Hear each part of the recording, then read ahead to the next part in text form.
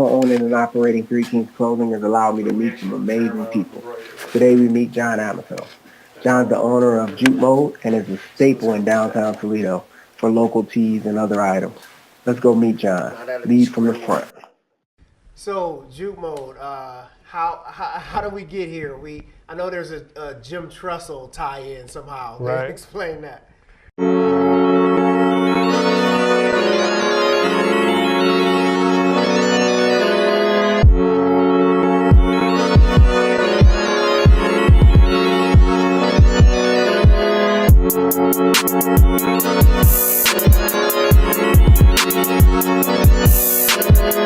So I started doing this about 11 years ago now, and it was all based on one shirt idea, which was the Jim Trussell Sweater Vest T-shirt.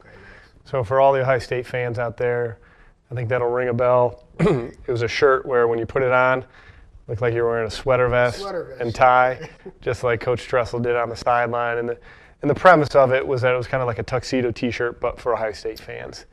And the original shirt was licensed by the Ohio State University. We started selling it in the fall, and things kind of built from there. And we kind of fell into it. We weren't really sure, or it was just me at the time. I wasn't really sure what the future held, but eventually it gained steam. People asked me to print shirts for them, and it went from collegiate licensing to a lot of custom decoration. Right. So word of mouth and you know. So you had a collegiate license. How was that? Right. And think about that. Trussell being at Ohio State. So that was what year was this? That would have been in 07. Okay, so 07. So you've been doing this for a while then. Right. Nice. So how did you break out of the collegiate licensing thing to where we are now? Well, I can't say I really broke out of it, but because it kind of sputtered. Yeah. It got to a point, I hit a plateau, and I knew I needed to do something else. And at one point, we had licenses with Ohio State University, University of Michigan, University of Toledo, and Bowling Green State University. And our primary business was collegiate licensed apparel. And we were selling it through stores in and around campus, throughout the state of Ohio, and online, and then at events where we could. We got to a certain point, and the writing was on the wall. Jim Trussell was on his way out.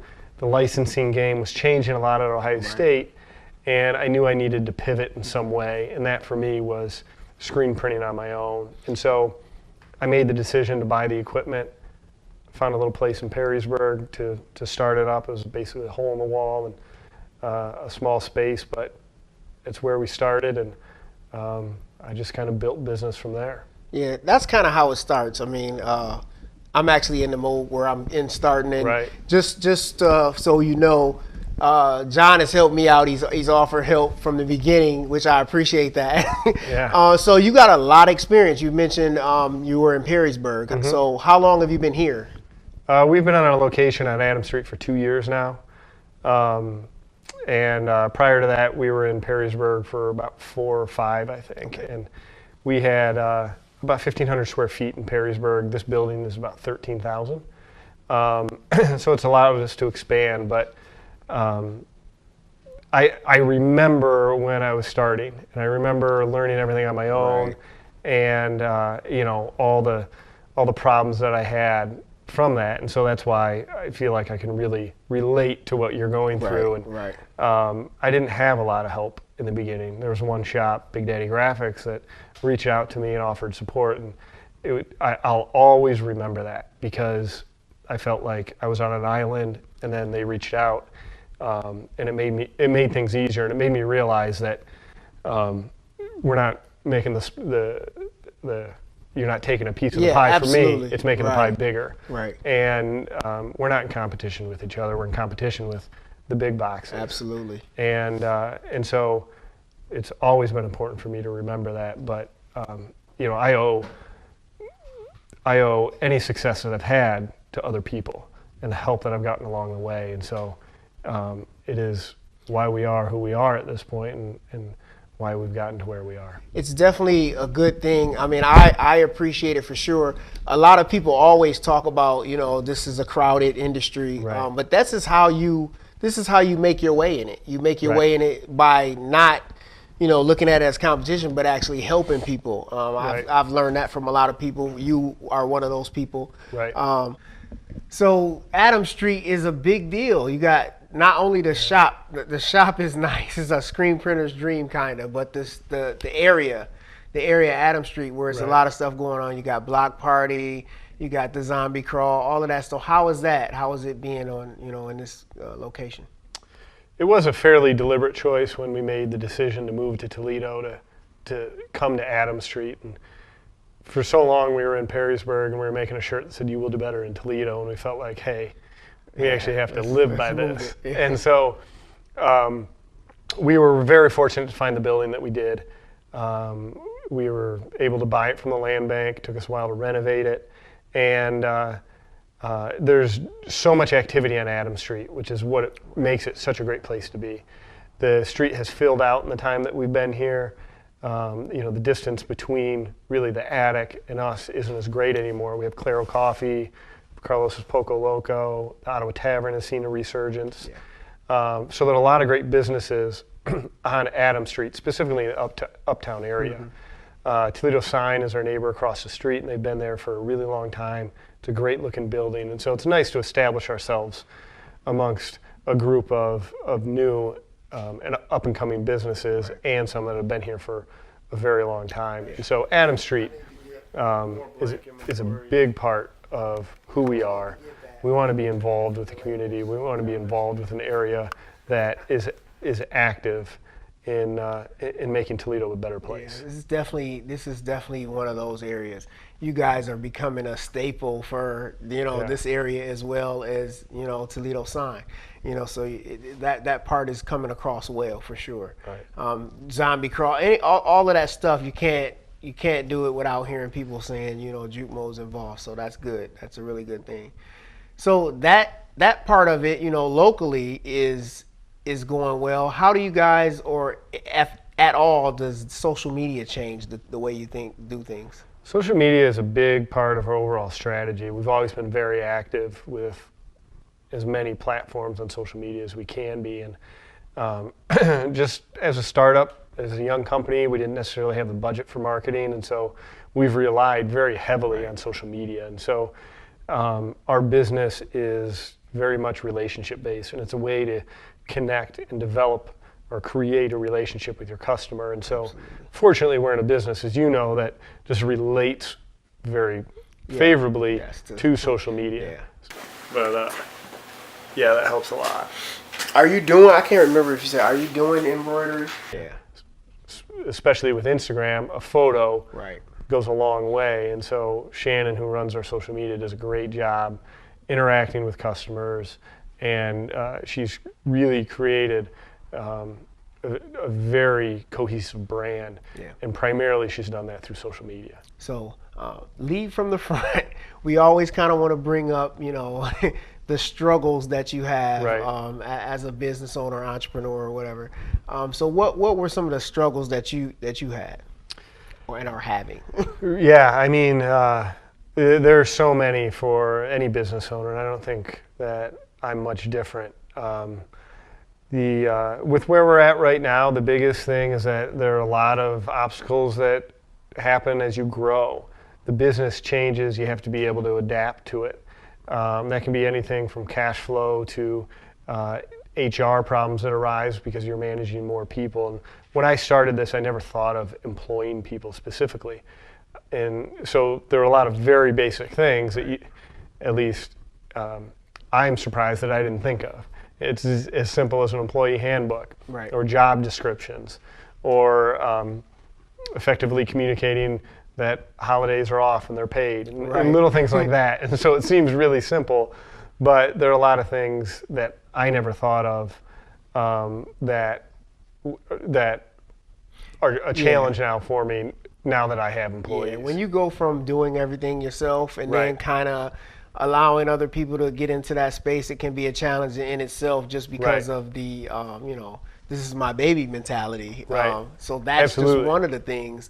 But then also the small things that people don't think about, like you said, the handbooks and, Right. and certain things like that. So just trying to scale your business, I know it's tough, but you guys have done a good job with it. When you think of local Toledo shirts, you definitely think of Jupmode. So that's really, really good. Yeah, I do think just anybody who's starting a business, or anyone who may even be in the hobby phase or it's their side hustle, it's something that it's going to take a lot of work. That you have to be willing to make mistakes, and you have to be okay with that, and you have to continually work through it. Right. You have to have the attitude that you're going to learn every day, and I make mistakes every day, and it's just you have to be willing to say, all right, I made a mistake this time. I'm going to learn from it, and I'll do better next time. Absolutely. And I'm continually reading forums that are related to the industry. I'm in Facebook groups. I network with other business owners and shop owners, and it's an everyday thing, and it has to be that mentality that you're going to get better every day. Always learning. Right. And it's okay if you're not perfect to start. Yeah. And you have to forgive yourself for making mistakes. I always say you have to have some kind of failures, in order to get to where you want to get to. It's just overcoming the fear of that. People have the fear of failure. And this is kind of one of the reasons why we do the show, to show people that, listen, everybody has those difficulties and failures and all of that, and that's how you learn. That's how you learn. Right, and I think it also relates specifically to screen printing. Absolutely. Because with screen printing, at least for me, I had no prior training with it. I don't know if you do either, but so it was very much a trial and error thing for me. Absolutely. And I think with screen printing specifically, it helped me to learn, okay, I'm going to try this 50 times and get better each time, but I'm going to learn throughout the whole process. Yeah. Exactly. And then I'll know how to do it next time right away. Right. And fortunately, we can make a lot of mistakes. We can use scrap shirts, we have test prints, things like that, until we really figure it out. Yeah. But that's kind of been a training process to help me to learn how to run a business as well. I am right there with you. I know that it's actually fun for me to kind of learn that way. Yeah. We started from not knowing anything about it to taking a class and then just practicing on it too. So I mean, you're absolutely right. But it applies to any business, just that trial and error and that willing to get over your failures is huge. So where do you see yourself and Jupmode in the future? It's really hard for me to predict that, and it's hard for me to predict that because I feel like things have changed faster than I ever thought. I never thought 5 years ago that we'd be in the position that we are now.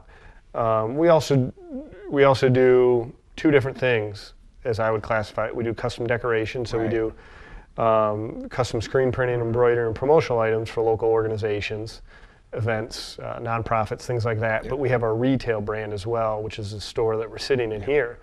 And so it's hard to predict both. That being said, I think the path that we're on right now is a really good path. We're growing in both areas. Our custom decoration is growing, as is our retail brand. I think we're in an opportunity market where we can continue to grow at about the rate we are for the next 5 years. And I think screen printing will always be our core. I think we'll be able to add more equipment to add additional capacity in screen printing over the next 5 years.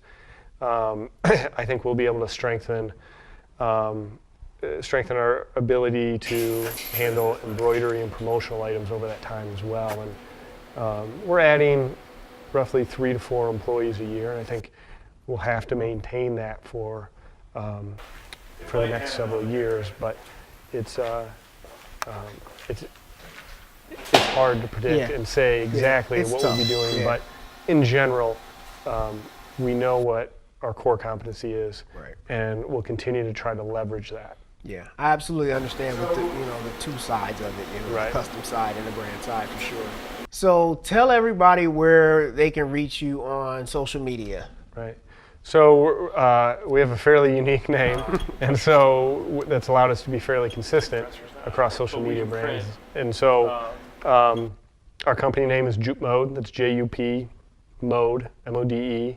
So on social media, on Facebook, Instagram, Twitter, you can find us. It's just facebook.com/Jupmode, or Instagram. It's @Jupmode. Same with Twitter, and so that's pretty good. Right, it makes it somewhat. So simple really, to find us. really quick, what's the story behind that? I hear there's a story behind the name. Yeah, and so when I started with the Jim Trussell sweater vest T-shirt, I knew I just couldn't be the Ohio State sweater vest T-shirt company. Right.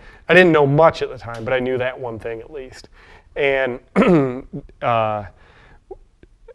prior to starting this company, I had an internship in France. The French word for fashion is mode. And when I was younger, my older brother started a lawn mowing business.